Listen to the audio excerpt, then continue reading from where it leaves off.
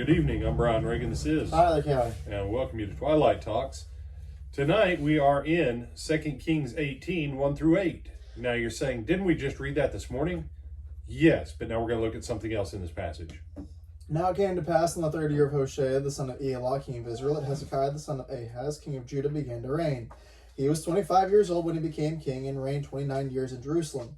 His mother's name was Abi, the daughter of Zechariah, and he did what was right in the sight of the Lord, according to all that his father David had done.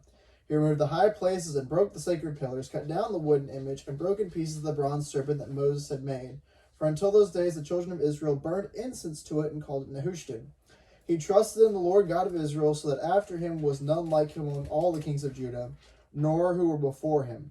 For he held fast to the Lord, but he did not depart from following him, but kept his commandments which the Lord had commanded Moses. The Lord was with him, he prospered wherever he went, and he rebelled against the king of Assyria and did not serve him. He subdued the Philistines as far as Gaza and its territory, from watchtower to fortified city. All right. So what we have here, we have a king who says we're going to do this right. How wrong had the people been? Very, very, very, very. They named the serpent, the bronze serpent that was on a pole that was made by Moses, Nehushtan.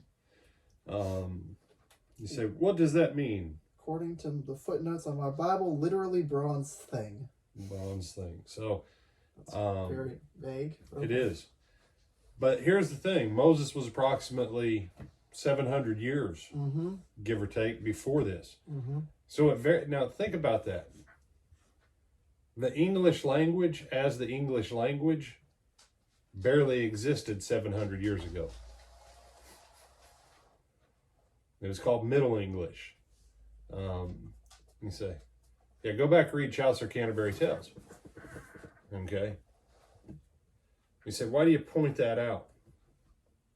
They've had this bronze serpent on a stick longer than the language most of us take for granted has been around. How long had they been engaging in various forms of idolatry and treating it as something? A long time. Remember when we started out Kings, not even Kings, Samuel. The people trusted that the Ark of the Covenant was the magic charm, the lucky charm, right? The Ark of the Covenant, it's magically delicious. Nehushtan, it's magically delicious.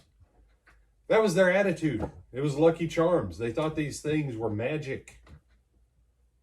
They lost sight that it was the God who said that was the power behind everything. Hezekiah understood what his entire nation didn't. The word of the Lord and faithfulness to the word is the key. Let me ask you, what do you have in your life that you hold as some kind of magical lucky charm that you got from someone, or, that every time you go to it?